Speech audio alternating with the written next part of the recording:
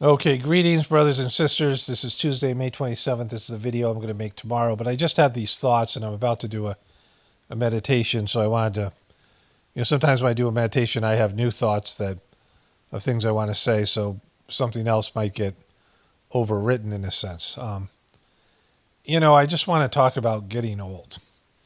And, I'm very aware of it. Like, I think about death now quite often, not in a bad way, in a good way, like preparing for it and realizing it's inevitable and thinking about it and that being okay with it and just like all the I'm doing these voiceovers and things about death, which I'm not. This is not going to be a part of. I guess it could be a part of it in some way. Maybe I'll just add it to doing something on love. So I'll add this to that. I'm doing a gratefulness video about the unconditional aspects of love, and then I'll talk about getting old too, and that can go in the death and dying thing as well. In the Sajmark system, you become love, and I just made an introduction audio, and yesterday I covered this idea of unconditional love.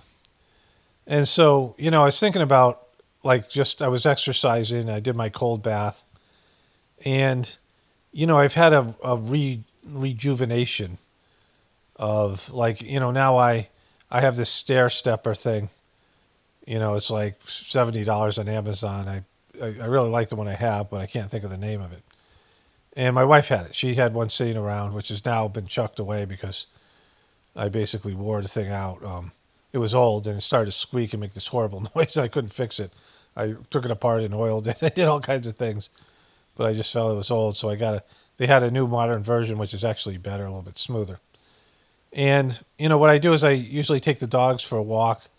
If it's nice out, like I'll put, I've been using that DMSO stuff, not recommending anything, but that's been working for me. I think it's been healthy. My wife had found this.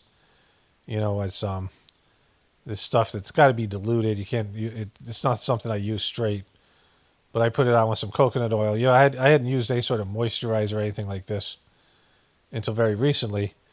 But I'll put on this DMSO and oil, and I'll go outside for a walk, and come inside, and I'll do this squat exercises I learned from Marcola, and I talked about in a previous video, where I squat down and do these squats and then do things with my arms and, it gets my heart rate going. And then I, step on the stair stepper and I almost, get into a jog at the end of it, when I'm sort of, warmed up. And, I've been exercising it and my capacity to do work, I'm in much better shape. I've lost some weight, but more than that, like a lot of the fat I had has turned into muscle. And so my legs and things, and I've just, when I think about it, I'm like, oh my God, I'm doing really good. But there was a time where I used to play basketball 4 hours a night, 2 to 4 hours a night playing pickup games. I mean, depending if my team won or not, because, if you won, you stayed on the court. But I, was playing, competitive basketball. And, I was, and as I got older, the first time I realized I was old, I hadn't played basketball in a number of years. So I started, in my 30s, I found the Sajmark system. And I was working more, and I just, basketball sort of fell out of my life. And I was still in pretty good shape. Like I was skinny, and, I was, I didn't have any body fat, but, I wasn't running. I wasn't, doing much. If I went for a walk or anything like that, like I do now, like I could do that for a long period of time. But, I wasn't doing as much physical, competitive type things. And one day after satsang, I went and I played basketball. I was like 30. I just turned 30, group meditation. And I was playing great. And the satsang helped me just like slow down and, just be better at basketball because of the spiritual aspect of it. I was like, man, this is great. I'm playing great. I can do this every night, and I'm still in really good shape.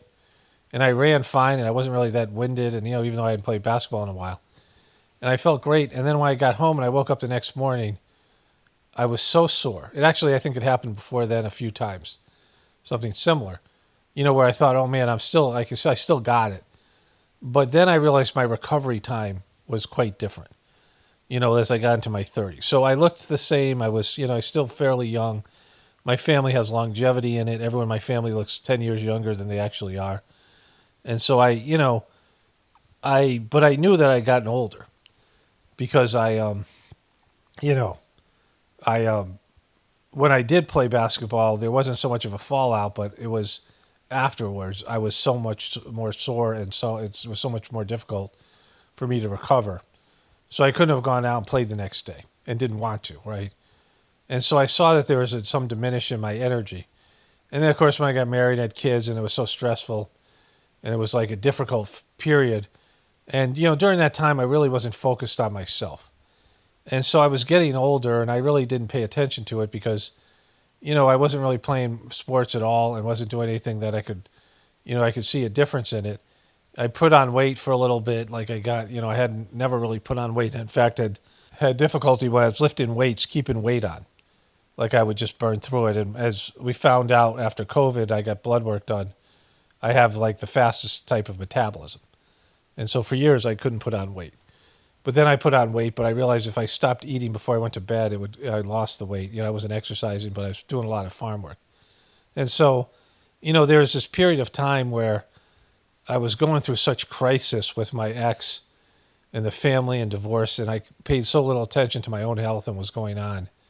I was so stressed out and all these things. And then when I was in India and the divorce was going on, I started drinking these things called appy fizzes because we were eating meat, and eating meat in India was just, I often find like I needed something sweet, which I usually didn't. I don't have like a sweet tooth, but I was drinking these like apple juice with, this sweet apple juice with soda water in it. And, I, during that time, was so stressed out. My cortisol levels were high, and I put on a lot of weight. And so, but it hadn't dawned on me that I'd gotten old. So now I'm in my 50s. And one day I decided to run, like I just decided to run. And I was running so slow, and my belly was fat. Like I was like, you run like an old fat guy. And I'm like, oh. And that's when I realized I'd gotten old, and I just, I was not as in good shape, and I'd been worn out. But it happened like I had aged a number of years and put on some weight, and I just was oblivious to it. And so then I got COVID, and I was fucking, I was really couldn't do farm work, and I was just fucked. Like I was messed up, which I've documented here in other places, right? But what I notice now when I do these exercises, I'm like, oh my God, that's so good what you're doing. Like, I feel good about oh wow, you're getting back into shape. I feel this, like I don't have this self-talk, but this is like, I feel good. Like I'm better off than I was when I'm recovering from COVID, and I'm, reclaiming some of my youth. But it's not nearly, I'm never going to run and play 2 hours of basketball again, right? It's not, I don't have that option. And physically, I just couldn't do it. Like, it's just, I recognize my joints are older. Like I can't, occasionally I blow out my back, and, I have these issues, I have these physical issues, but, I'm getting stronger and recovering like my health, but when I'm working out in the heat, I have to pace myself. Oh, the other thing that happened was my kids and I went to the Grand Canyon. So this happened before I got COVID and before I jogged, because I wasn't like, I was gaining some weight, but I wasn't as big as I was when I was jogging.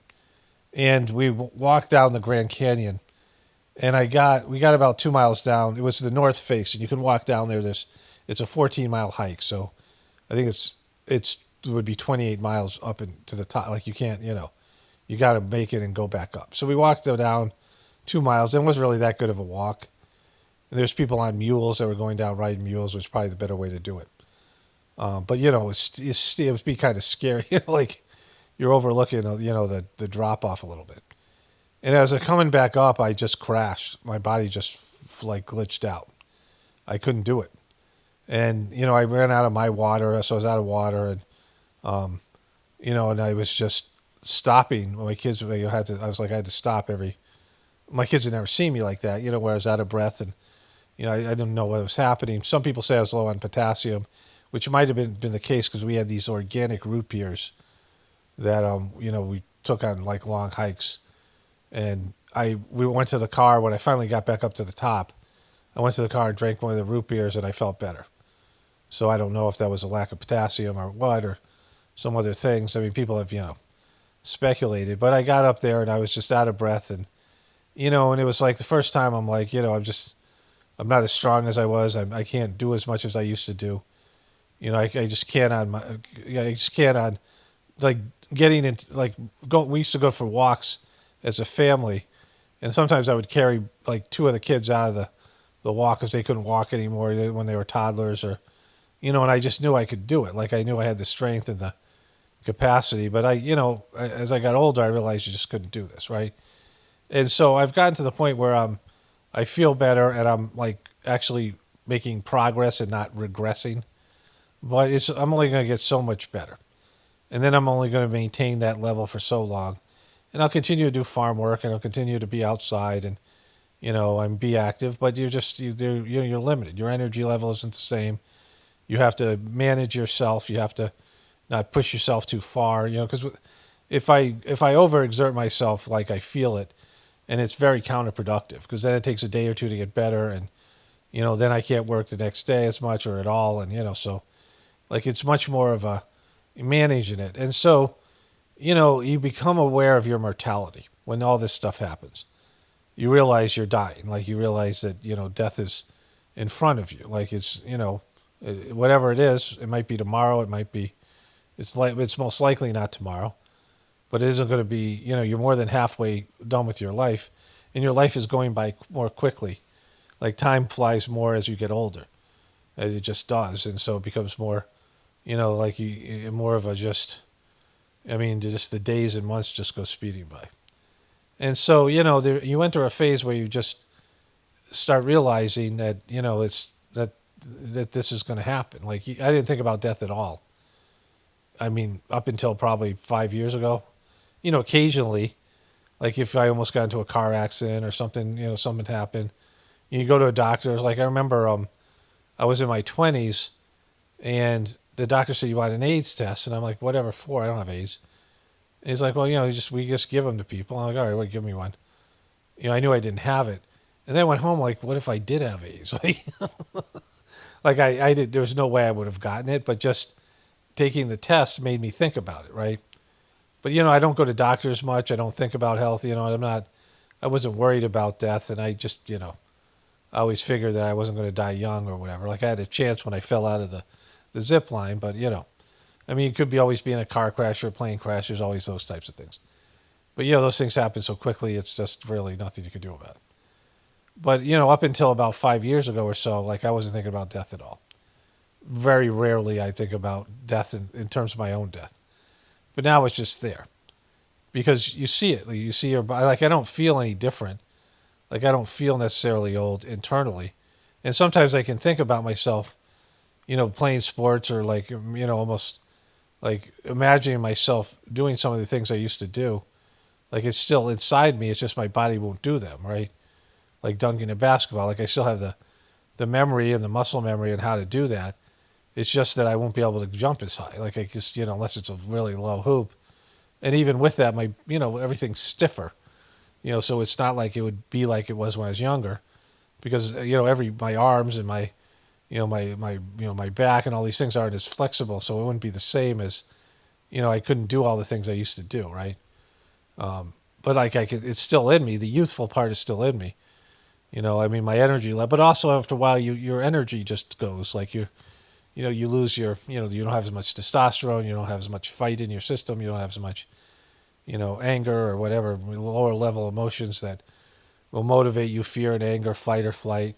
You're much calmer. You're much more relaxed. And certainly the meditation has helped. So you do go through, I've changed as a person. Like I have developed things, I've gone through stuff, certainly the marriage and raising my kids, and then some of the other things I've accomplished or just, were able to survive through and get through. And, I've lived a life. And so when you live a life and, I mean, traveling and doing things and whatever it might be, and, jobs and, all this stuff, learning things and just evolving in the way I think about things and changing my consciousness and just whatever, the meditation, the spiritual evolution. And so, certainly I'm older internally, but, it's more the physical. Like the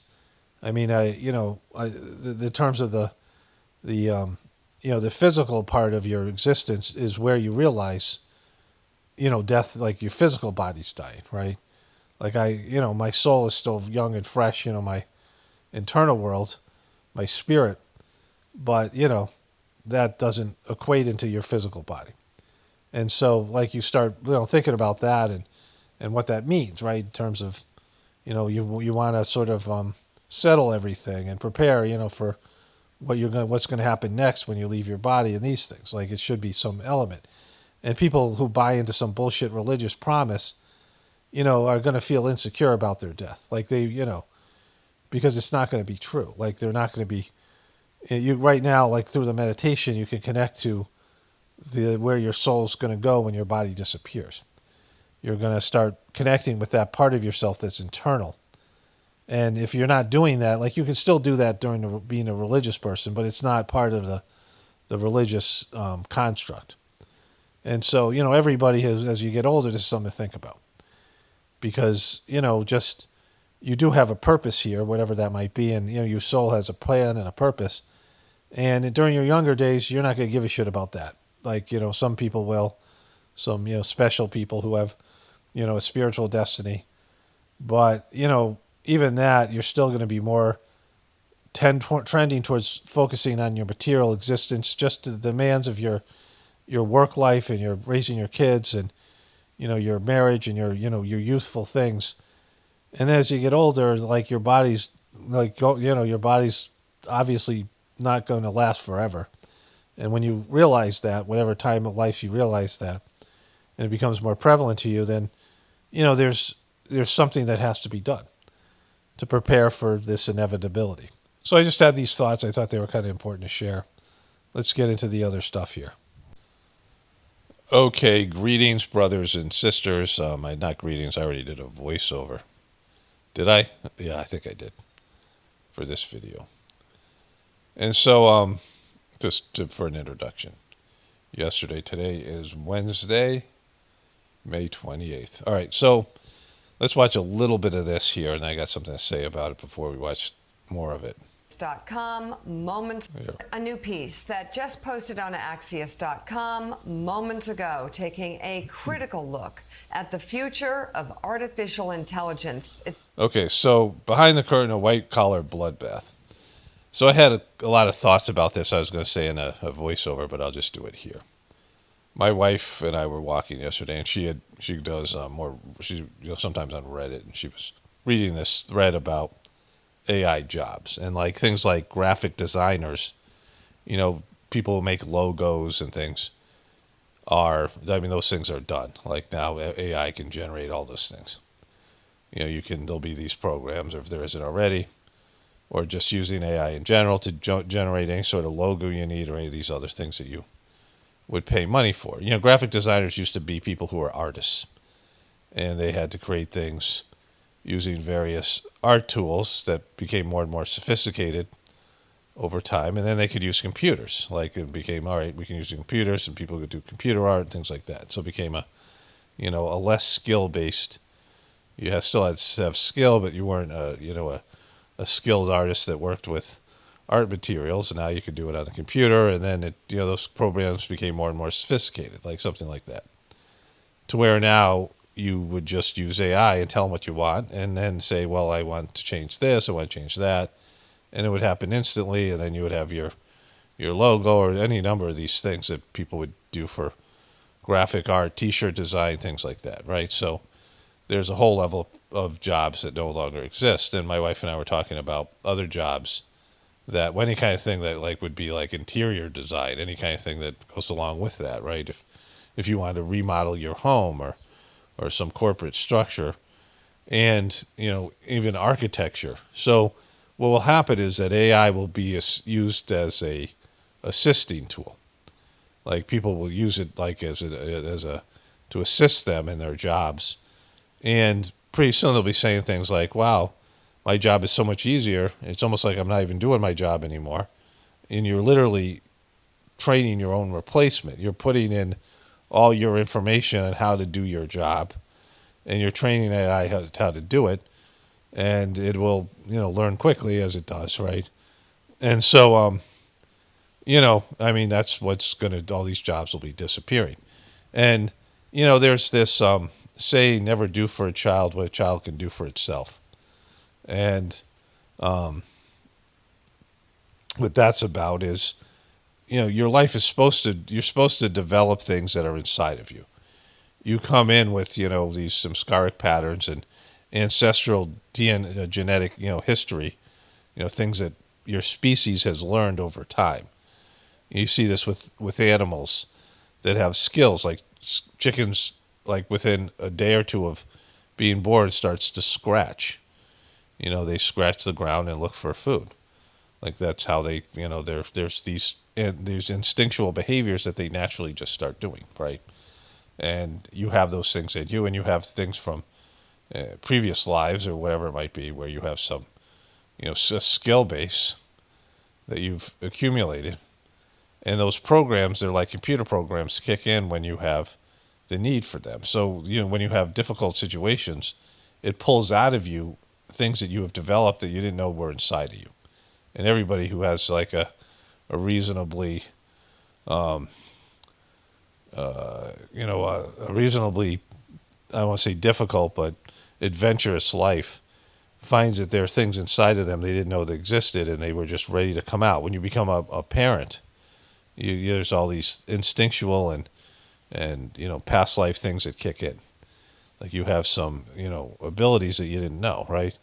And as you go through your childhood into adulthood, there are these things inside of you. It's like computer programs that exist that just emerge. That like it's like hidden software you have inside of you. And if you don't have those things, they atrophy. And I talked about this in some of my original videos about all this kind of stuff. That there was years and years ago, they lured everybody off the farm, like off the Aboriginal, village-based tribal type situation where people had all these skills. Like the amount of skills you used to have to survive, what people could do was incredible. In less more primitive times and more recent, even a couple hundred years ago and 100 years ago in various places, you had all these people, Aboriginal people, tribal people, village-based people, homesteaders and farmers and these things, and they had a large skill base. But then you gave those up. They were either by force or by being lured to the city. Our ancestors gave those up, and just to do one skill, one specialized skill, and then you got money, and then you could buy everything else you need. But you were far less developed as a person, right? You could have hobbies. You could also learn to be like a good cook or these other things, even in terms of being a mom. Being a mom was such a big deal. All the things that needed to go with being a mom. And so, you have these, now you have AI technology and robot technology and all technology in general with the cell phones, and you're hemorrhaging, which I've talked about in many, videos, skill base that was there for a long period of time. So, with all those things, we've already become less than, because now technology does for us what we no longer do for ourselves. And then all the other aspects of society, the specialization and these other things I just talked about. But then AI takes that to a whole nother level, where AI does your thinking for you. Kids are going to school and having AI write their papers, and people are like, well, we're just going to use AI anyway. Why bother teaching them things? And so their brains aren't developing, their thought capacity isn't developing, they're not learning to do these things. I mean, I remember when I was a kid that I had to learn to write a research paper. And I had to go to the library and use this stuff called microfiche and microfilm. And they had these, you learned how to use the system to find articles about what you were looking at. You had to comb through these books and these things. There's no, punching into searching Google or something.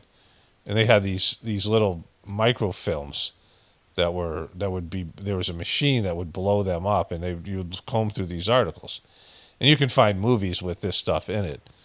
People finding, old stories from 100 years ago that was, that was photocopied and put on these little films, right?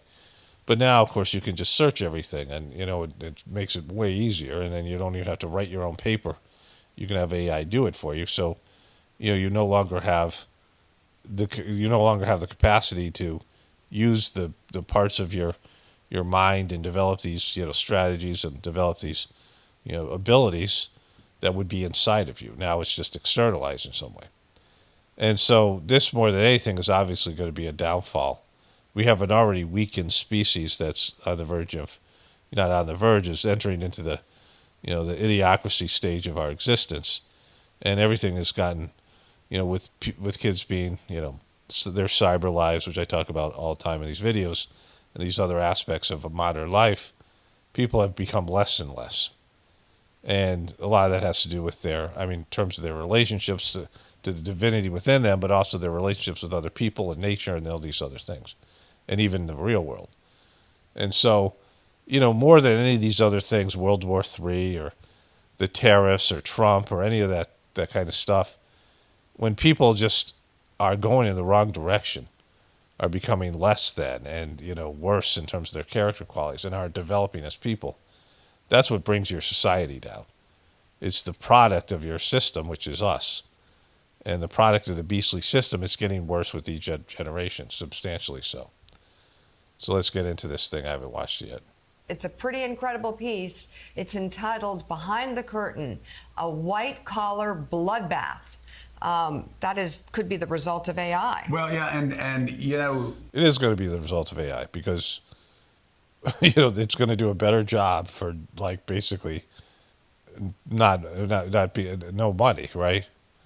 Jim, people that run AI companies don't want to talk about it. They want to pretend it's not going to happen. Silicon Valley wants to pretend it's not going to happen. Wall Street doesn't really want to talk about it. But the fact is, as you report, just like the technological revolution, the IT revolution gutted blue-collar workers throughout the 90s and beyond, you're now talking about a bloodbath for white-collar workers because of AI. And from what you've seen and what you're reporting on, it is going to be a bloodbath for... How many times are you going to say bloodbath? Workers. I mean, that is certainly the warning of Dario Amodei, who is the CEO of Anthropic. And just for your viewers, Anthropic is one of the top creators of this AI, these large language models in the world. So he has better visibility than probably all but 2 or 3 people in the world into the power of this technology. He'd been telling us in private for a while that this bloodbath could be coming, but that lawmakers don't want to talk about it. The federal government doesn't want to talk about it. AI companies don't want to spook people. We finally convinced him to go on the record. And his point is, listen, just play with this technology, not just casually. Once you really dive into it, you realize it can do the work already of researchers, of analysts, of a whole host of entry-level white-collar jobs. And he put it in the starkest of terms. He said, based on their early analysis, over a 5-year period, it could wipe out half of white-collar entry-level jobs. Unemployment could spike to 10 to 20% in the next 5 years. And this is a guy who's building the technology, who's boasting about the power of it. And so that's incredible numbers, and it could even grow faster. But when you use AI, this is the problem that I see with it. I'm not satisfied with a lot of the answers I get from AI because I know they're pulling from mainstream, bullshit, right?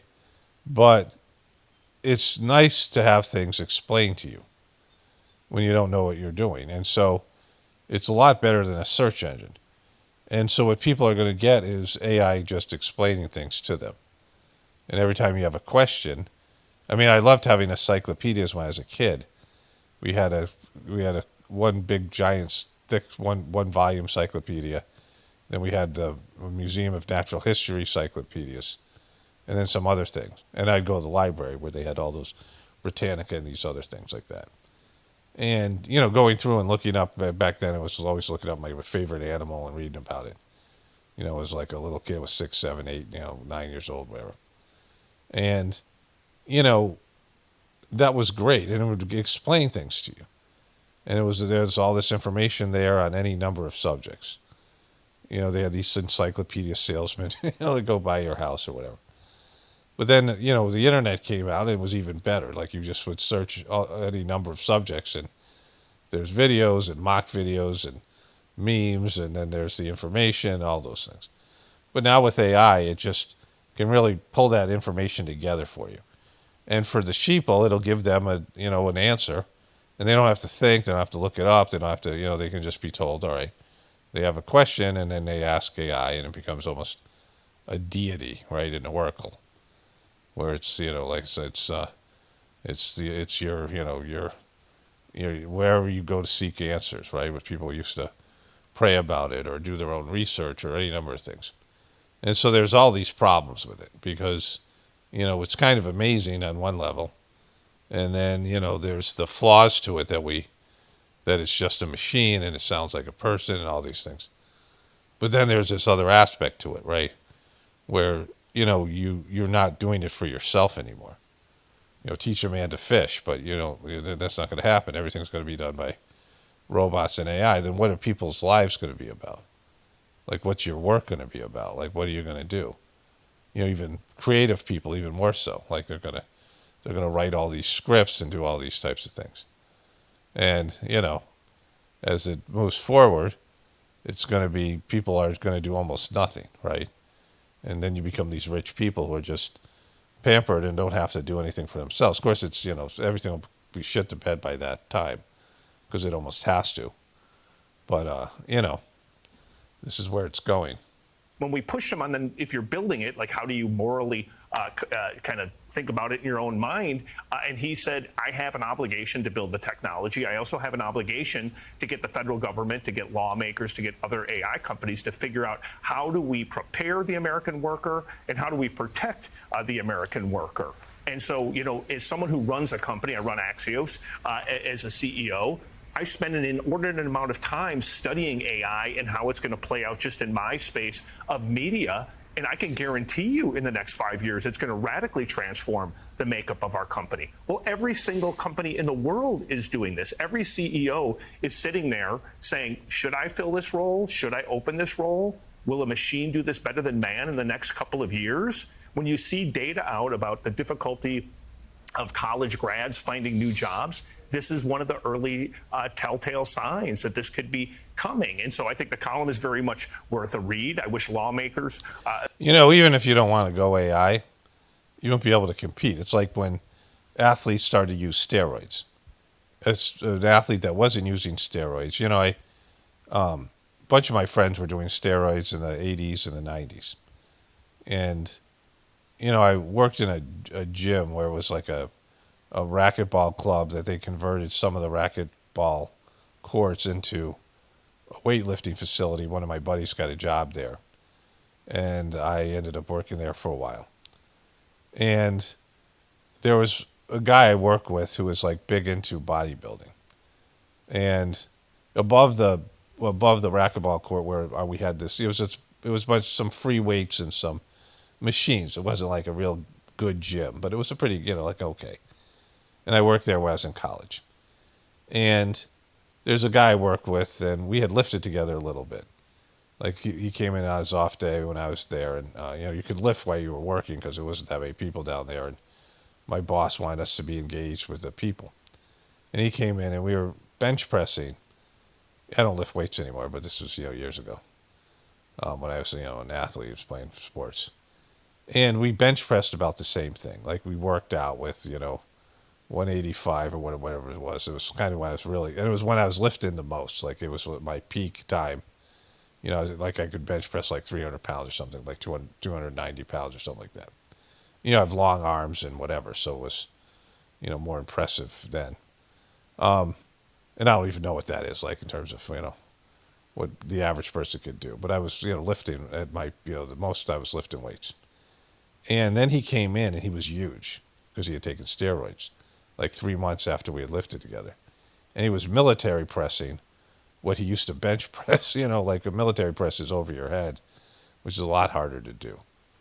And he's like, yeah, I'm taking these steroids, man, but it's like I'm pissing green and I'm like having some issues. He started telling me about it, but like he was just, and you could see the difference, like, how you couldn't compete with somebody taking steroids because it literally turns you into it's like animals, like where they have these cows and things, they give them steroids and, in terms of their meat production. And so you can't compete. And the athletes can't compete with people who are on steroids. And so when AI is, fully launched into these businesses, you won't be able to compete with AI.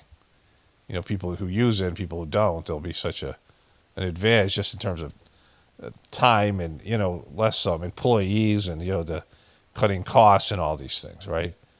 And they have access to vast amount of information that a human mind won't be able to have. And so it's already a done deal. Like, this is going to happen. People are always looking to cut labor costs. And even if you are against AI, you won't be able to compete with the company that is using AI. So it's a race to maximize your profits and to use, and the performance will be better in many cases. I spent more time thinking about this rather than some of the small ball things that they debate day to day. It's been fascinating to see many of the people who are developing AI technology, Jim, offering warnings about what's coming because of it. And in your interview, he effectively says, you cannot stop this train. It's coming down the tracks. This is happening. I think the way he puts it in your interview, though, is you can steer it a little bit. What does that look like? What does steering it look like? In his mind, I think it's sounding the alarm. It's like, listen, we got to have a national debate that this isn't 10 years from now. It could be 6 months from now. It could be 12 months from now.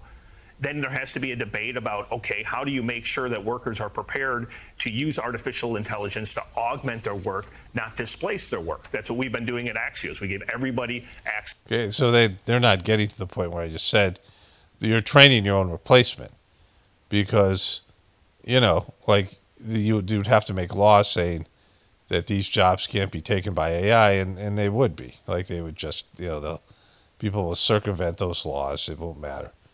But if you are using AI to do your job, AI is learning how to do your job, right?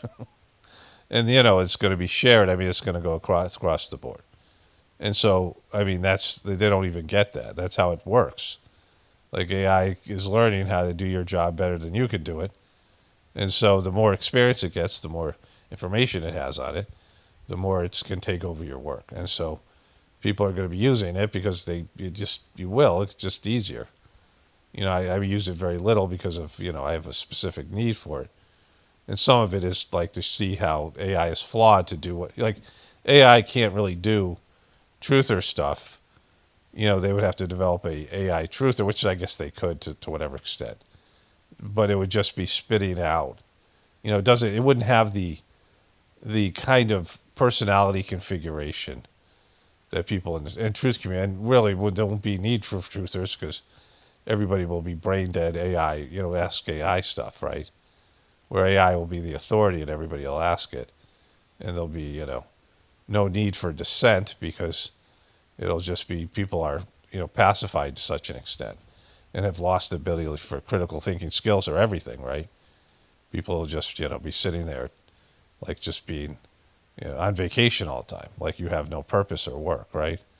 Like if a machine can do your job, you have to find a job that a machine can't do. And at what point is that, like it's not, there's things that it's nice to have a machine to do, whether it be a tractor when you're farming and these things. But it's doing the work or being involved in the work on some capacity and using machines as a tool, but still getting your hands dirty and doing some of the stuff. And, and being involved in it. But that just won't have to be the case anymore. A little bit more of this.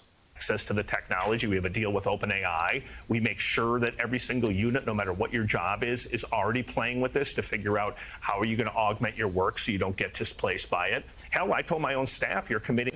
Like how you augment your work by and so you don't get displaced by it. What how does it even mean? Like AI is just going to do more and more of your job until it's like, well, it's not like I'm even doing my job anymore. Yeah, well, we want to talk to you about that. Why don't you come into our office? We want to talk to you about that. It seems like we no longer need you because you've basically told AI how to do your job and it's doing it better and cheaper. And so, like, of course, it's either you don't use it at all or you allow it to take more and more of your workload and your responsibilities.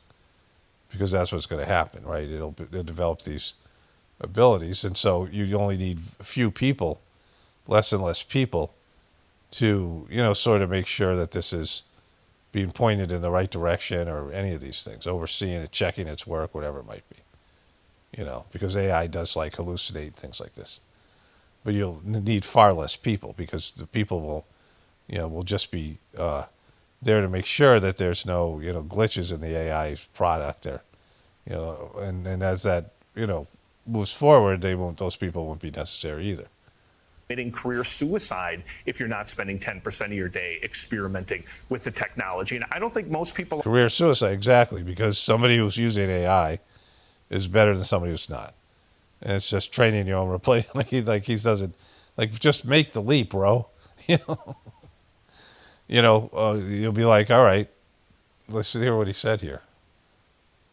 I told my own staff, you're committing career suicide if you're not spending 10% of your day experimenting with the technology. And I don't think most people are. I think people are like, whoa, this is too science fiction, or, it's a really neat search engine. They're not actually looking at the capabilities. They don't have the time. They have real lives. But I think Dario's point was they might not wake up until it's way too late. And if lawmakers are way too late to it, you could have real issues. You could have unemployment, as he said, 10 to 20%. If he's right, which would then lead to obvious political unrest. We have Steve Bannon on the record in there saying he thinks the exact same thing is going to play out. He said Trump's not talking about it, but he thinks this will be maybe the biggest. What do you mean he's not talking about? Trump is devoting a whole power plants to developing AI technology.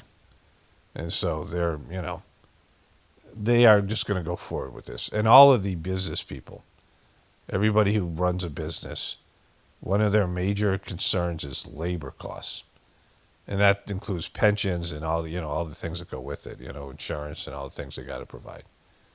What does it cost to put to have people do the job? Like, that's a factor in every business venture, and so labor costs will go way down when they start using AI, and AI will also find ways to make it more efficient, which will also lead to less jobs and I mean, the inefficient piece to this whole equation is people. So that's all. It's all done, right? It's all over. This topic of the 2028 presidential election. I mean, you have Steve Bannon on the right. You have other people on the left very concerned about this. And Jim, you underlined a point that I've actually told my kids, which is, if you're going into an interview, if you're going into anything where you are going to be talking and you want to understand a topic, it's just foolish not to go on to a search engine app, an AI search engine app. Sell out, fucking collaborator. Look at Gumby Joe fucking selling out the human race. And dig in deep to try to understand a company that you're talking to. So, this more than anything else, because it's the atrophy, it's the lack of development. I realized early on when I was homesteading how much we had lost.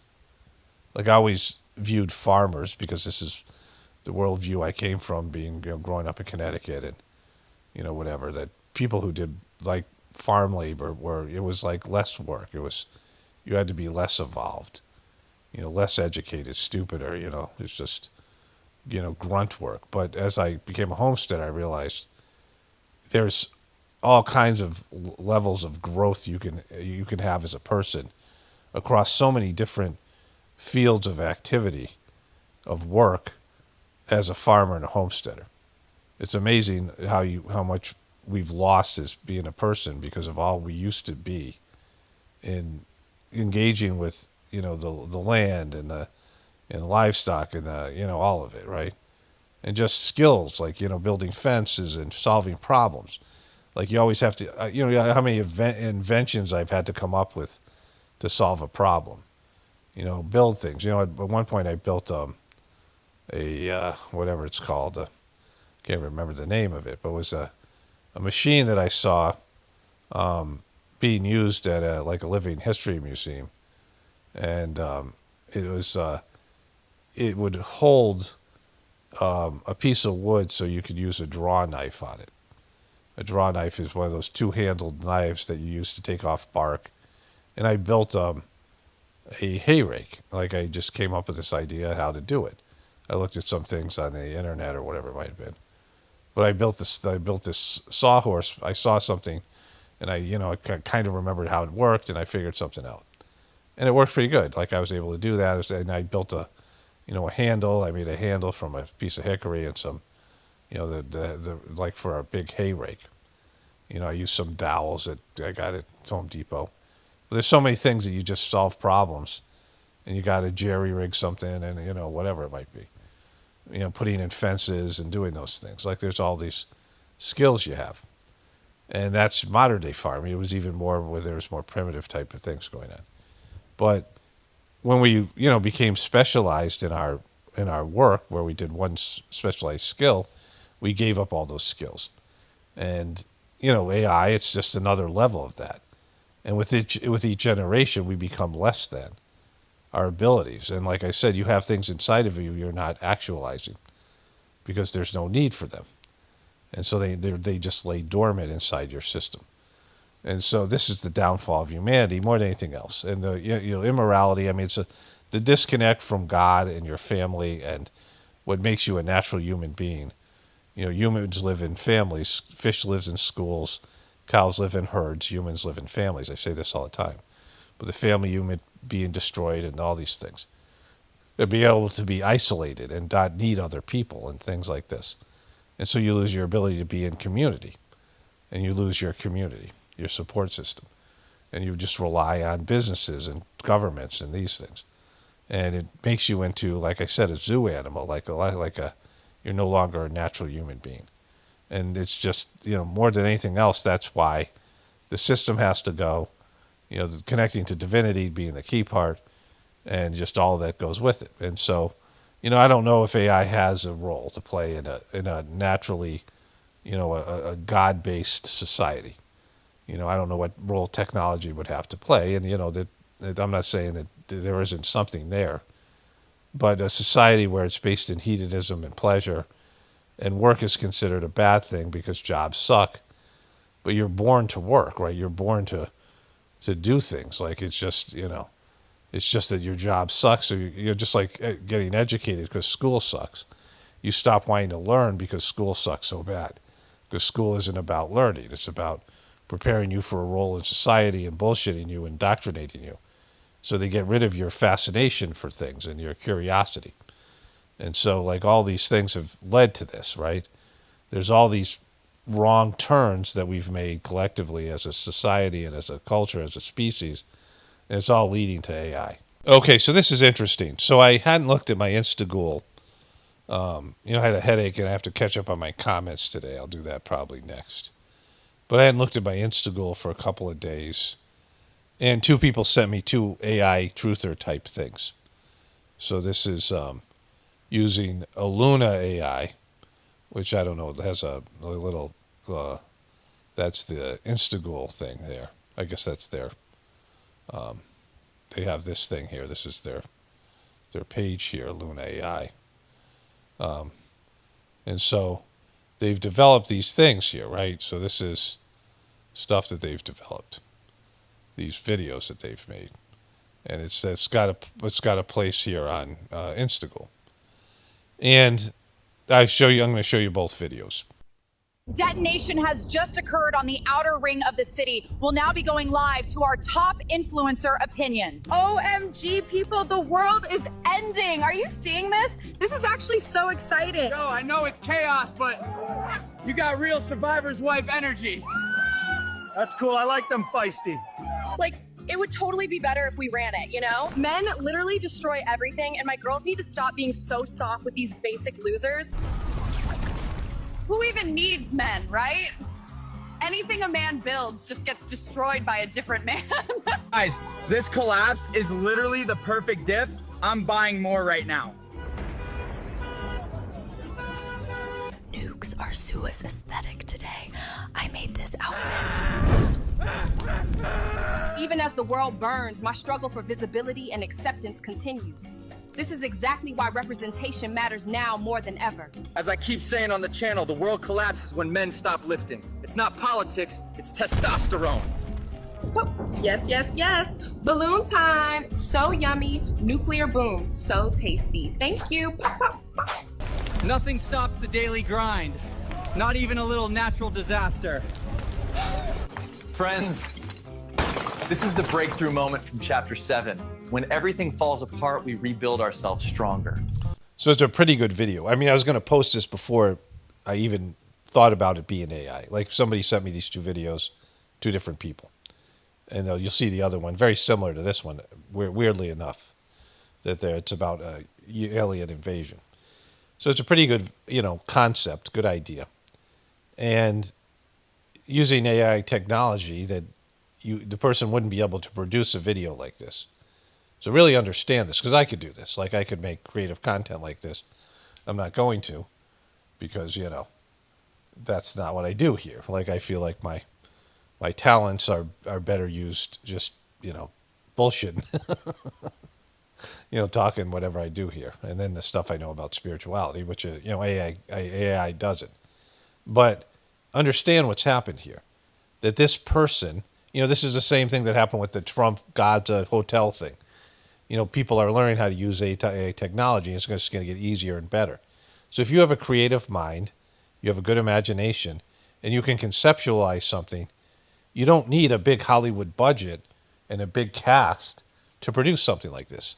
These are AI-generated images and people, and so imagine that. Like that's just all the things that you don't have to go through a Hollywood agent. You don't have to get good actors.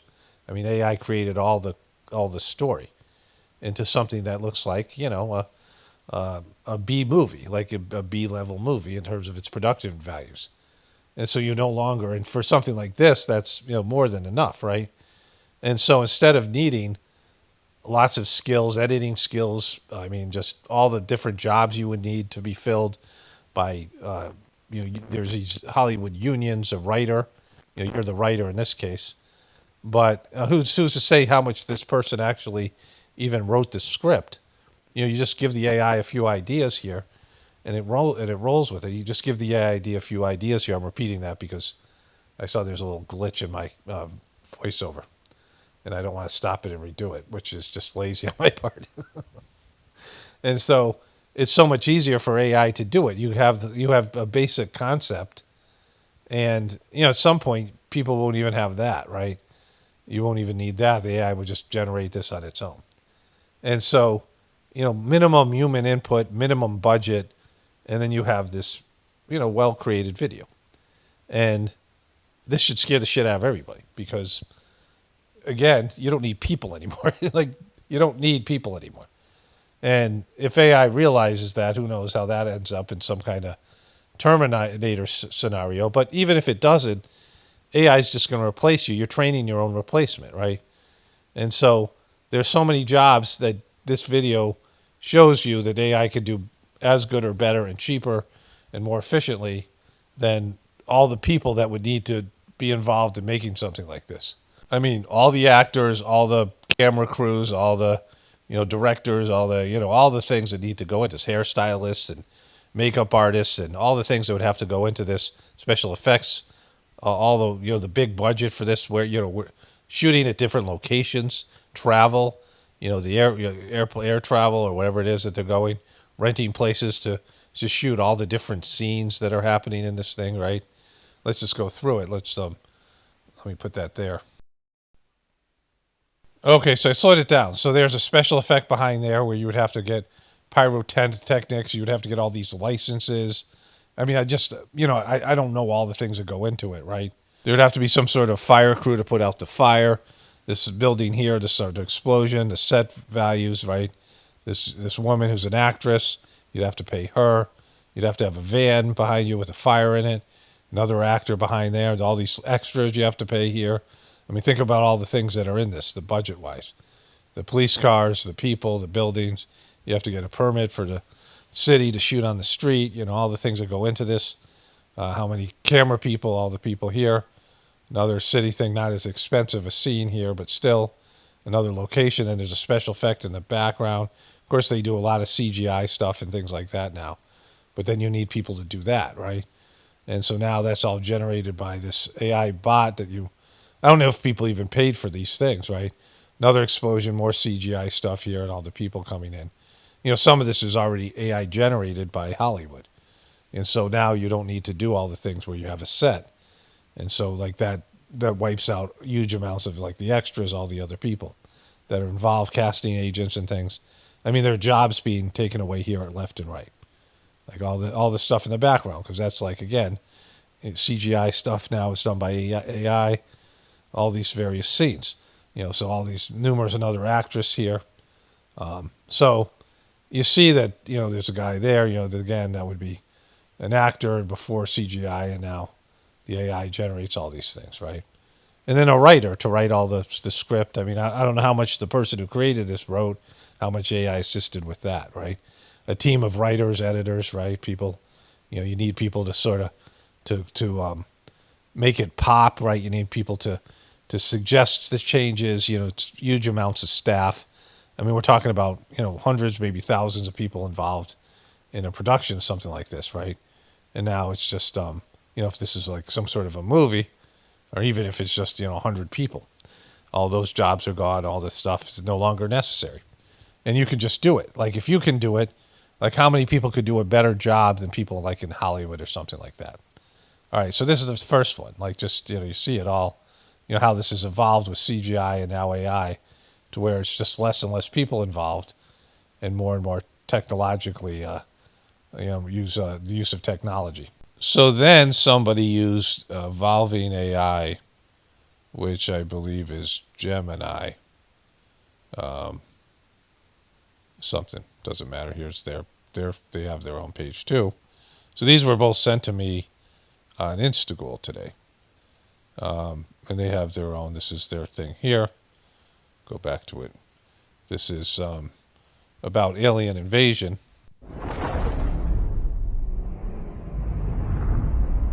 Panic is spreading worldwide tonight as the arrival of the unidentified vessels triggers states of emergency across every continent. They're here! They have come for us! They're gonna kill us! Don't look at me like that. I paid for this cheese. Also, does it matter? We're all gonna be dead anyway. Attention. By order of the National Emergency Act, martial law is now in effect. All civilians must remain indoors. I'm telling you, it's just a hologram. Government cooked this up to keep us inside. Imagine they come in peace. No lasers from the sky.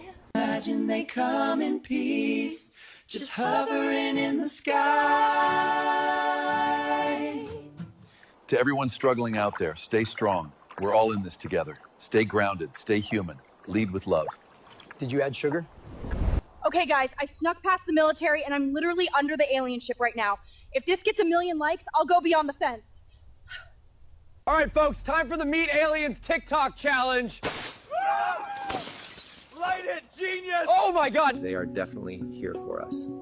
Anyway, you can learn more by buying my brand new online course, Learn How to Channel with Aliens. In breaking news, governments worldwide are voting to choose the smartest person on Earth to represent humanity and make first contact with the alien vessels. Pop entertainer Glitzy Vondrax has officially nominated herself to represent humanity in first contact with the alien vessels. Entertainer Glitzy Vondrax cited her brief suborbital spaceflight and, quote, totally eye-opening experience as qualifications for the role. Honestly, I feel like this is my moment. I've been mentally preparing to meet aliens ever since I did my trip to space.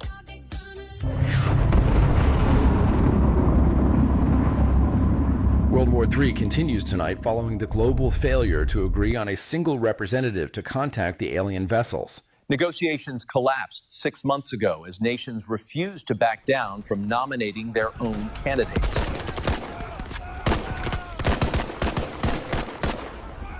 I think they're leaving.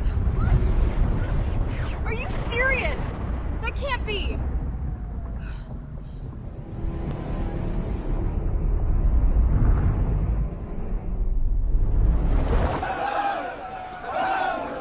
They're gone! The ship's gone! We made it! This is insane, man. I don't even know what we're celebrating, but we're still here. So yeah, the aliens waited 6 months for us to pick the smartest person on Earth. Honestly, I don't blame the aliens for leaving. Because if I saw Earth trying to agree on anything, I'd leave too. So I'm editing. I have a little bit more of a piece to this that I haven't. I'll show you in a second. But I just want to say, like, this is a kind of a meme video, right? So the meme video is aliens show up, and it's like a joke, and the joke is that people fuck up the world and fuck it up so much that the aliens leave. And all it took was an alien spaceship to show up, and people would create World War III. And so, it's like there's a punchline here, right? There's a, it's a whatever, ironic or whatever you want to call that, satire. I mean, it's satire, but the idea of the concept of a one, a one joke ending, right? The setup is aliens invading and then people self-destructing, right? And so, and the smartest person thing as well. So it's just a short thing, right? So for something like this, you couldn't justify the kind of effort that you would put in doing it for it's just something like a meme, right? For what it ends up being. And so let me get into the production stuff here. But it's everything that I just said. Like now you can do that. Like if you have just a meme idea, you can expand it into like a 2 or 3 minute production. Okay, so they use this thing, a Gemini tool. Video was made by Google's VO3, their new AI video model that generates high quality visuals. It's a part of Gemini. And so, the content and the scripting or whatever was human related. But it's funny, I get those things sent to me, so I put them up here. And I had already talked to my wife yesterday about this and was already going to say something about it. And then this is the divinity part of my job, where, or any job, anything where, things just come together. And then I looked at MSNBC and saw that Morning Joe report. And so, there it is, right? And it's happening. Like it's it's nothing anybody can stop, just like with everything else. The Industrial Revolution or the use of the cell phone. It can't be stopped. It's, it can only be stopped by destruction, by the inability to do it anymore, by breakdown of society. And so this will keep on going in this direction. There'll be super AI, and there'll be something else, and then robots, and then all these things, right? Like there's no stopping it. Like you can warn everybody and tell them what's going to happen and predict what's going to happen, and, it's still going to happen. Like there's no, this is what people do. This has happened before. Maybe not on planet Earth, but also on planet Earth. This kind of technological revolution. This isn't the first time, and it has an outcome. We don't live in a society. We weren't born in a society that's been, technologically advanced for 100,000 years. But there's ruins, and there's these buildings and the pyramids and all these things that we have here that are not that old. And there's things that like a computer chip takes about 10,000 years, and all that shit's gone. Like if there was computers before here, which I pretty much know there was, and on planet Earth, all that shit has already been, has been broken down and no longer exists in an archaeological dig. And so, this is just a pattern of behavior, a self-destructive behavior, because we don't have the maturity to use this in a proper way with a divine connection to God, and realizing that we don't want to give up, our work and our capacity and become just these people who are on vacation all the time, because that leads to even more breakdown and more mental illness. But anyways, there's that. So this meme just came in. Sammy Hagar is 70 years old. Bill Clinton is 71. Sammy's had over 40 years of alcohol, drugs, sex, and rock and roll. Bill lives with Hillary. This is an older meme because he's not 70. Right? Bill Clinton is, I think, he's younger than Trump and Biden, but only by a year or two, which is weird. So that tells you all you need to know.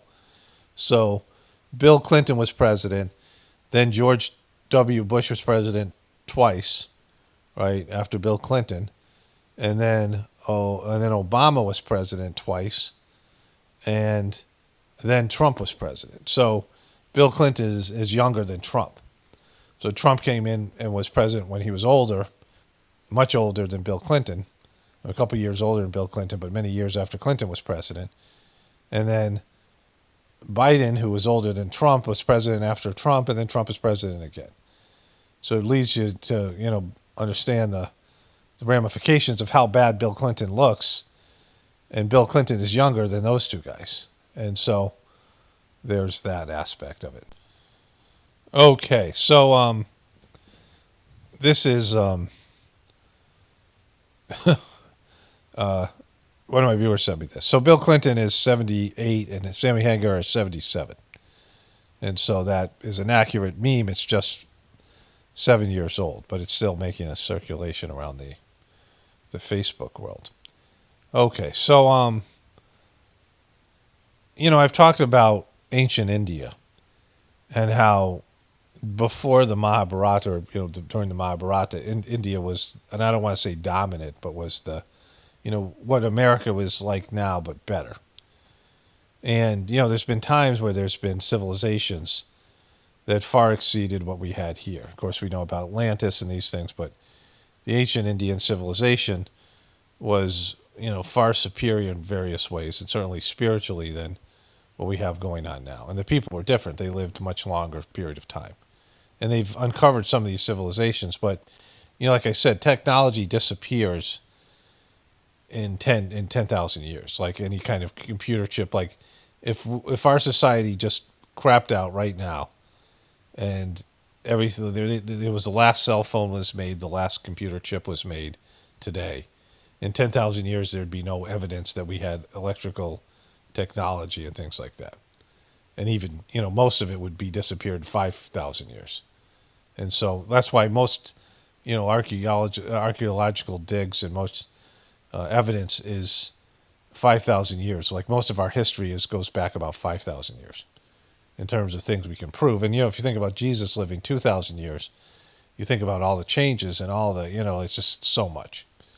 But anyways, people like to think about there's this movement to push an idea of, something like Wakanda in Africa, from the Marvel movies. But there actually was something in India that was like that. And this kind of validates some of that here. What if I told you Britain stole $45 trillion from India? Not billion, not billion, trillion with a T. When the British arrived, India held 23% of the world's GDP, one of the richest nations on earth. By the time they left in 1947, it was just 4%. For over 200 years, the British took gold, silver, spices, cotton from India. Indian industries were crushed to fuel British factories. Wealth left India, poverty stayed behind. During the 1943 Bengal famine, while millions of Indians starved, Churchill diverted food to British soldiers and said Indians, breed like rabbits. The Kohinoor diamond in the Queen's crown is also taken from India. Thousands of India's stolen artifacts still sit in the British Museum today. This isn't just history, it's a legacy of exploitation the world rarely talks about. What if I told you Britain... So yeah, like that's just even modern history. When there's let me see, let me find a map for this here.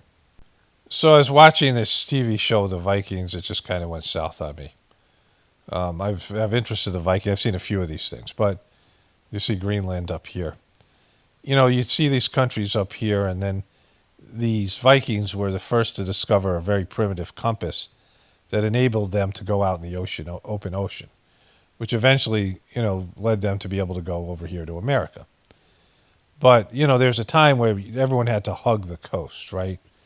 And so when the guy who's credited with discovering India, and I don't know his name, it might be Magellan or one of these motherfuckers, I don't know.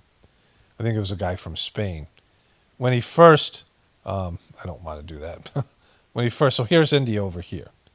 And this guy was kind of trying to find out what was on the other side of Africa.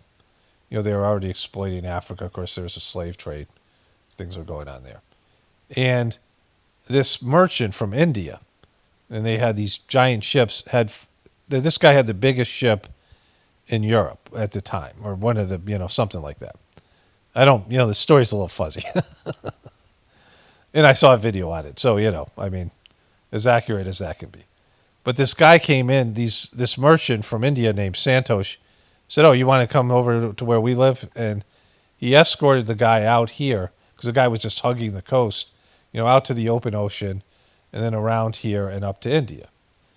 because India had that kind of technology back then. There's all these inventions, mathematical things and whatever it is. Like India's a pit now.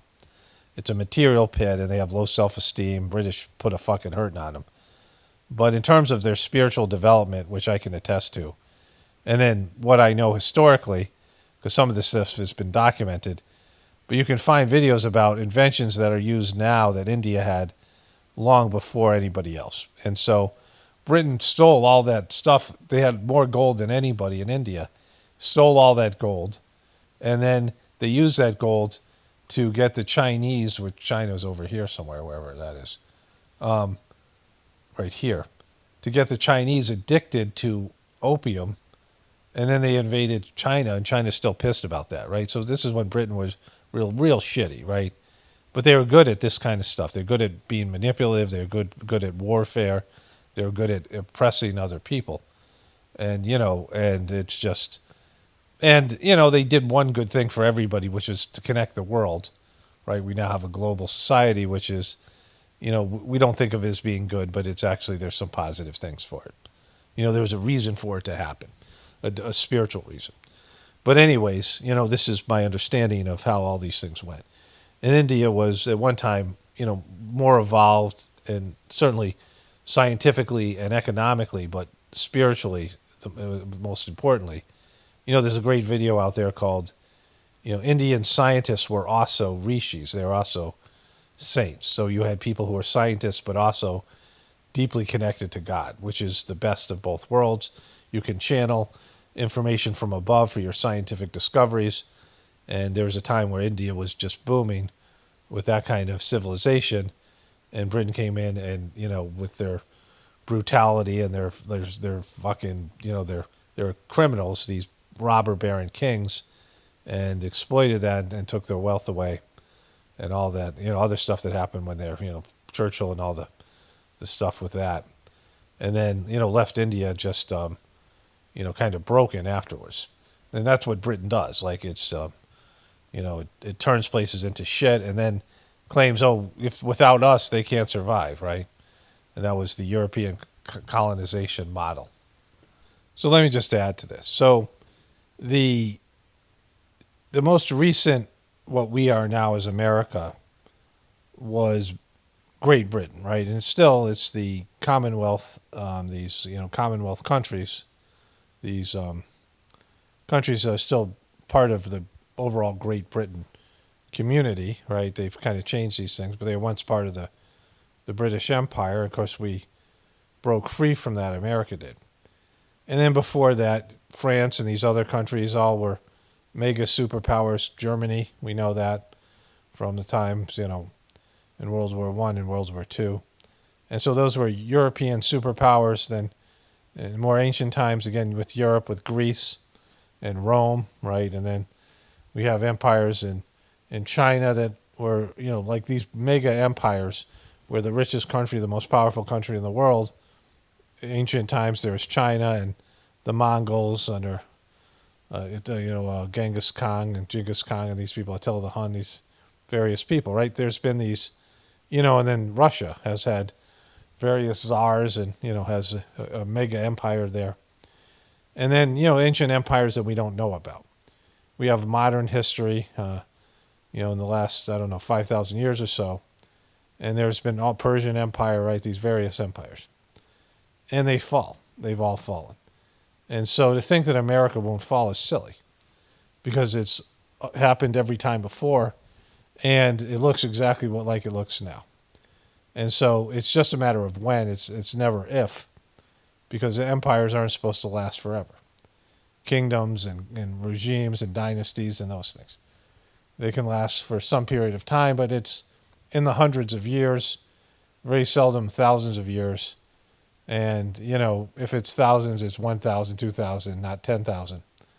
And so, and even in those various, long-standing empires, there's ups and downs. And America is just not a well-constructed empire for a variety of reasons. It's, multinational, multiracial, which is a good thing, but that causes a lack of cohesion. And it's very vast. Of course, now there's a globalization, which is a part of that. So global economy. It's based on a usury economy and a lack of, people who had skills. I mean, there's oftentimes a more clear hierarchy, a caste system where there's still people in the country that have the old world skills. And it does the quick development of technology. So we're just not in good shape. We're not a very strong, cohesive empire or whatever we are. And, we're ripe for the picking. And we're about to be plucked. So we're also, things that rhyme with pluck. But anyways, let's go to the other stuff here. So Kanye West put out a song named Heil Hitler. And I covered this a little bit, then my wife sent me this. It's been up on my toolbar. These are people in the Philippines, mostly women here, dancing to a song called Heil Hitler, where Kanye West praises Hitler. And that's just how things work nowadays. They're all getting into the song here. I mean, they're literally dancing to a song where he's saying Hitler, like, obviously it's a different culture. So, of course, oblivious to the lyrics and the historical ramifications. I guess, are they bartenders here? What are these girls doing? But they're dancing to Kanye's song. And so, okay, so that happened. That just shows you everything you need to know about world culture. A lot of entertainers have come out against the war in Iraq. Have you? Honestly, I think we should just trust our president in every decision that he makes, and we should just support that. Exactly. Fucking, it's true then and it's true now. This brilliant young woman. And be faithful in what happens. Do you trust this president? Yes, I do. Excellent. Do you think he's going to win again? I don't know. I don't know that. I don't know that. That's back when Tucker Carlson wore this little bow tie, and he was, Tucker Carlson has evolved. And I'm going to show you this old clip. Somebody sent me the original clip, and I want to cover this here, and then save it so I can bring it back later as a meme or something. So I don't have to keep on finding it because I lost it. One of my old time viewers sent it to me. I'll show you that in a second. But Tucker Carlson, we work for CNN and Fox, and he's a piece of shit. And now he's considered a truther, and he gets way more attention and way more views and way more money and way more anything than all of us who built the truth community. And he got here late to the party. Like, even if he was a real truther, which he's not, he's any of these Hollywood celebrities or people who are did something else and were successful, and then they become truthers, and they immediately become they skyrocket in their ascent, and YouTube backs their channel. I mean, they're because they're paid shills or whatever it is. Alex Jones is another kind of example of that, but at least Alex Jones was early into the process, right? But Alex Jones was paid opposition, but he didn't start off on CNN or MSNBC or Fox. But these people that start off doing, being wrong and being gatekeepers, and then they supposedly have some sort of, come to Jesus moment, wake up. And yet, even if they did have that legitimately, they're still here late to the party. It takes years of being a truther and evolving in your understanding what's going on. It's not like, he had some kind of head start because he worked at CNN. It's the opposite. He was a part of the problem, and then he, became what right-wing people think is a truth. Of course, he's not a real truther, but even if he was, he'd still be behind the eight ball. Like, you would never catch up as long as you're evolving, right?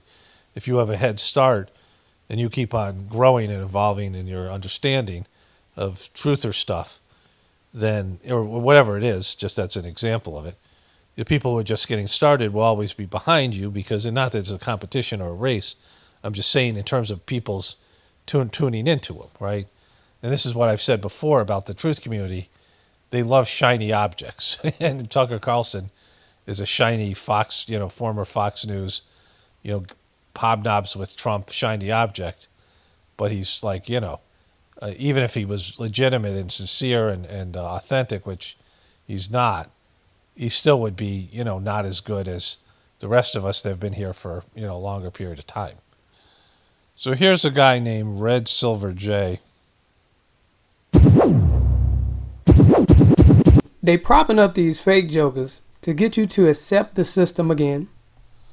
So back, I don't know, 10 years ago, when I watched truther content, this guy would pop up a lot. And, he had pretty good content. Like, I, of course, different views on things like everybody does. But there was this guy, and there was a guy named Red Pilled, and there was that guy Jeff from Jeff C. And these, I thought there was, these channels were getting more views. Like, I didn't look at their views, and I just thought this stuff was, more popular than it was. And maybe it was for some time, but this guy stopped making content. I don't know how much, he just kind of made the same content for years. But this was an old video, I don't know, maybe 10 years ago. And he took something from Adam and the Man. He's got stuff on Alex Jones. But this is a clip from another guy named Adam and the Man, who was he was lesser than.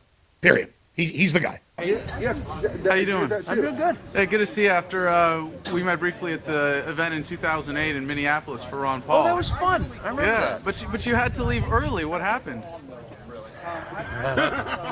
Why did you bail on Ron Paul? I'll tell you why. I didn't bail on Ron Paul.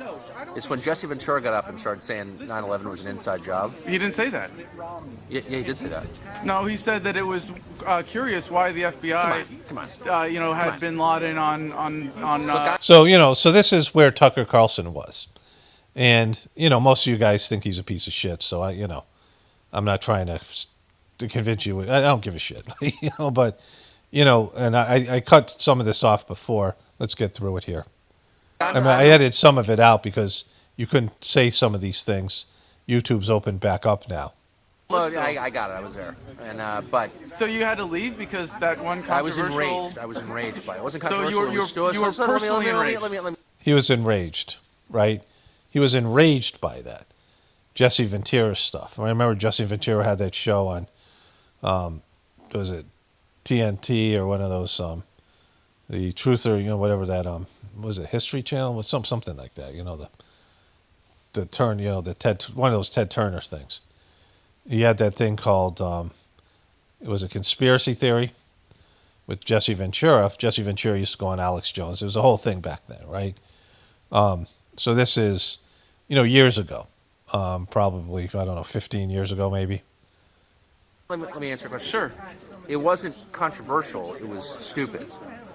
And if there's any evidence... So I showed this clip without adding some of it out because I didn't want the 9/11 stuff to be, like YouTube was, you couldn't, this was before when Biden was still president. And now it's opened up a little bit with YouTube, which is one of the, there's some good side effects, bad and good from Trump. But, mostly it'll be collapse of civilization, but that's what happened under Biden anyway, so it's all relative.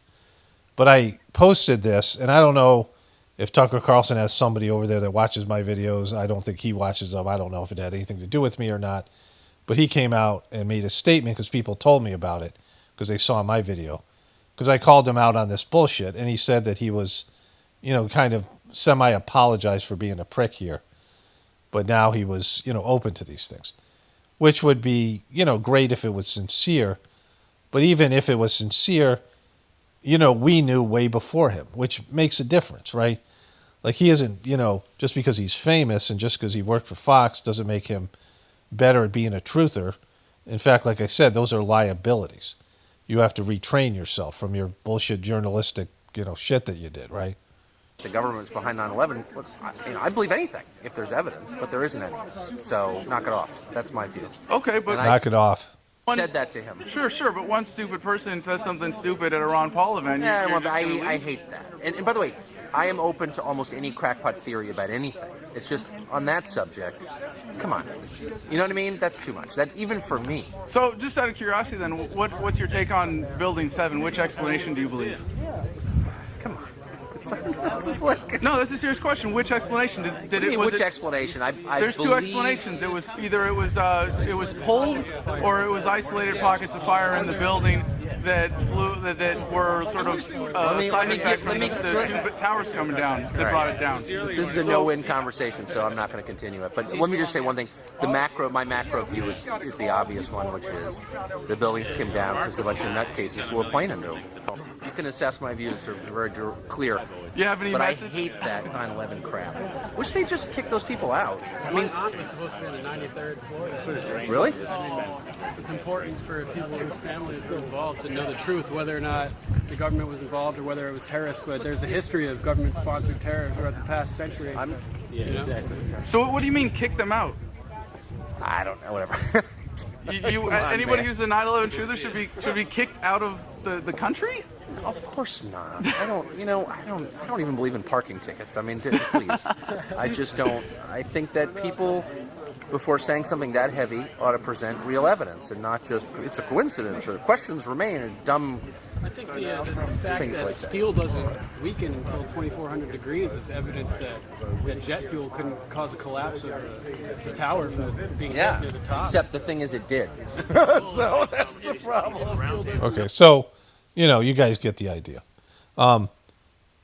So Tucker Carlson recently, this is I made a video and I couldn't find this, and because I was looking for the guy's other name, like his team waking him up, and I forgot his other name. And this guy hasn't made content for 4 years. These people all disappeared. A lot of their content didn't evolve over time, and it was whatever it was. But there was lots of people that were here that Tucker Carlson had this guy on who was about 9/11 truth stuff, and he wasn't 9/11 truth. He was an insider and a former senator who wanted to look into something, and they X'd the guy out. And so my wife and I were traveling. We watched that video, and then I looked for this to show what a piece of shit he was. This is back in probably 2012, 2000. I don't know when Ron Paul was running. I don't know when Jesse Ventura's. It was 2000, between like 2008, 9 and 2012, 2013. That's when this thing happened. In fact, I looked up the date, right? And I'll look that up when I'm done with this, and let me change over to voiceover, and I'll do that. Okay, so there's one more piece. I ended up copying this whole thing to save it for the future so I didn't have to find it again. And this is the kind of the key piece at the end where Tucker Carlson just gets pissed. So for family members of the victims that are asking questions and want the evidence that's been withheld by the government released, you would say that they're less than adults somehow for wanting that information? I would say that parasites like you make it much worse for them. That's what I would say. I'm a parasite now? Yeah, it's filthy to say things like that with no evidence, and you have none, so you should say. That's my view.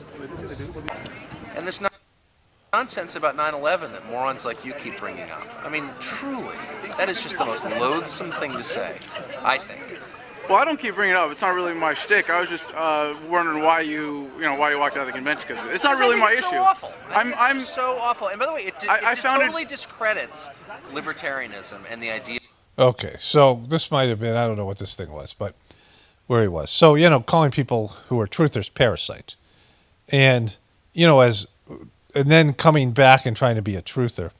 In the beginning, Alex Jones was saying how Tucker Carlson hears Alex Jones on this thing here. Ridiculous is to make sure they don't think too much about it. This is the next level. Quiet. Tucker Carlson is the next level. And if you don't believe it, watch what's happening. Everything we've been looking for right there. 100% pure veritas. It's a whole. So, Alex Jones, the guy did a good job at fucking these guys over with these video clips, but, it's all there. Like just, they're even if they were sincere, they still suck, and you have to redeem yourself, not for us, but, just in terms of being honest, that like you have to admit, I was calling you guys parasites before. And Tucker Carlson did a little of that. I don't know what the clip is. I can't remember specifically. But he then said he was open to any possibility now that, these things were, obviously everything else was a lie. So maybe that stuff was a lie too. And then he brought some shill senator who claimed that he was, it it happened from Iran and all that other bullshit. I covered that in a recent video.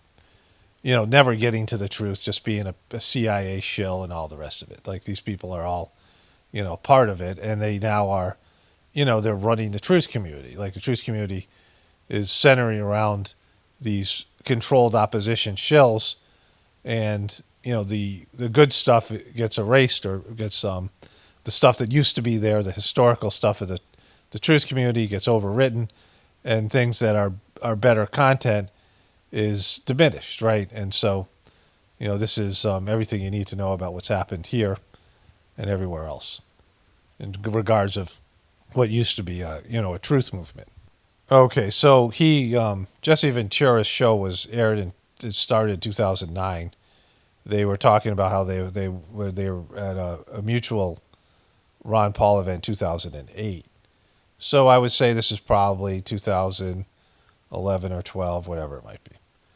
And then the video that this guy made was in 2018, and he found these old clips.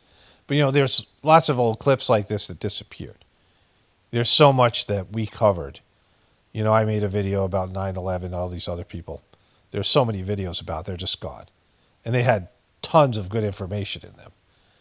So they just wiped them out. And now, the thing was, I talked about how I had my migraine headache, and I just updated my computer, and I wasn't using my regular mouse.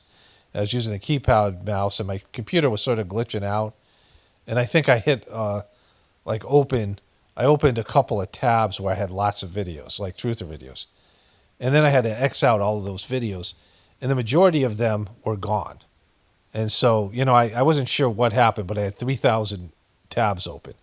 And I probably had about 40 or less, probably 30. And I'm like, crap, I got to close all these tabs because I didn't want to lose. I had these tabs open that I was about to cover, and I couldn't remember all the things. I wouldn't be able to find them again, and it was a nightmare. And so I opened up my computer, and I opened up my, my browser, and all these tabs and all these, and it must have been some of my bookmarks. So I must have opened up a folder, and I have a folder, where I've put all my old truther videos and things that I bookmarked years and years ago. So this is years and years of bookmarks back from 2006 and 7. And almost all of them were gone. The videos have been deleted. You can't find truther stuff and some of the older truther stuff. And so, all these things are relative and interesting because there is a whole history of the truther movement that's been erased by pieces of shit like Tucker Carlson now, who's, in the QBs and all that shit, censorship from YouTube. And there was really good content. Even Alex Jones had better content and better guests and real guests, and it all just got hijacked, and now nobody knows about it. Like, you guys are coming in late, after whatever it is, different events. Some people came in after 9/11, some people came in with the economic collapse, some of the things came in with the pizza thing, some came in with those, school shootings, some people came in, more recently with Trump, and, and each time it gets overwritten. It's like, the stuff that was there before was lost. And there was disinformation in it before, but nothing like you have now. And they're just all gone. Like those videos, people might not even have them. Like these are, if you are putting these videos up and you didn't save them and other people didn't copy them, they don't exist anymore. And so you can't find them. And, so many things that, I can't remember all of them. Never mind all the details that were in these videos and the videos I myself made years and years ago, starting in 2014 and 15. And so that's 10 years ago, and there's stuff in there before. For 20 years, I've been a part of this. And so, like I said, these other people, you just won't, if you didn't experience it, you don't have a memory of it, and, you weren't there at that time, you missed a phase of this thing, the so-called truth movement. And then then you don't lament how bad it's gotten. But Tucker Carlson is now a powerful voice in the so-called truth community, as are the QBs, and even, Trump is. What percentage of the so-called truth community people who identify as kind of be truthers in one way or another? Trutherists. How many of them are Trump voters? So, You know, and then you have all these other people coming in now late to the party. And, you know, it's not bad. I'm not upset by that, but they don't even know and don't acknowledge what all of us went through. I mean, so many of these people that don't exist anymore. You know, there's all these old school truthers, and, you know, they were limited at different ways. I mean, my brother being one of them, who was, you know, pre the internet. He was on AM radio. And I talked to my brother, and, you know, I've passed him by in my knowledge of truther stuff. It's more evolved. There's a lot more information, and, you know, he's older. But he was one of the original people. Like, he was back in Connecticut making AM videos and AM radio shows, and he had guests on there like Eustace Mullins, one of those things. I think Eustace Mullins. You know, and there's all these other guys, like guy Chris Cooper, and that Alex Jones copied, and there's these other people who wrote books about this, people who are old school journalists that knew some of these things. You know, and it was limited. Like what they put out there is nowhere near the amount of information that's available now. But they were, you know, they were better in their way. And, you know, there needs to be an understanding to this.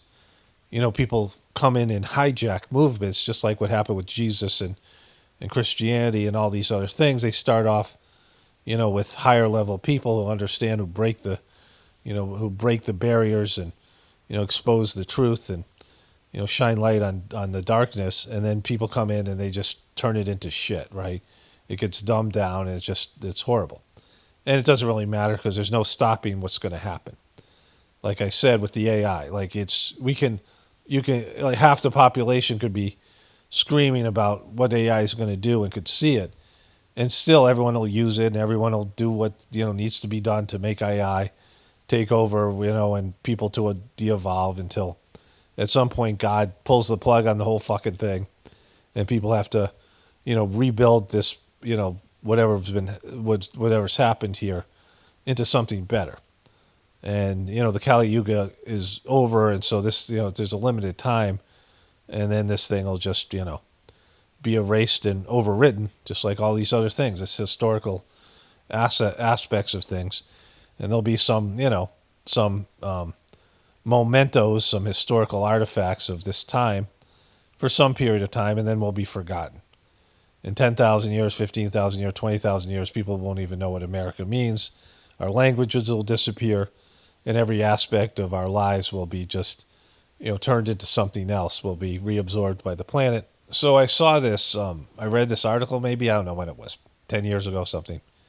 It only takes 50 years for a city. So let's say everyone dies in a city and you leave.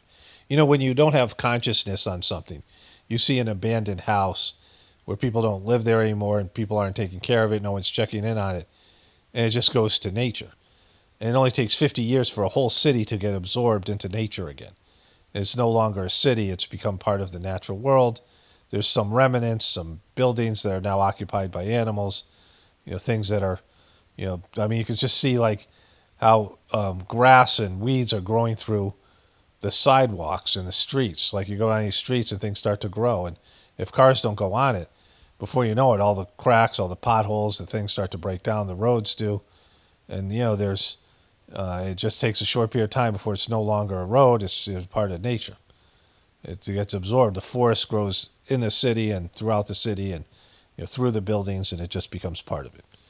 And, you know, it's a beautiful thing because even, you know, the worst of the worst types of toxic kind of materials will eventually be reabsorbed into nature.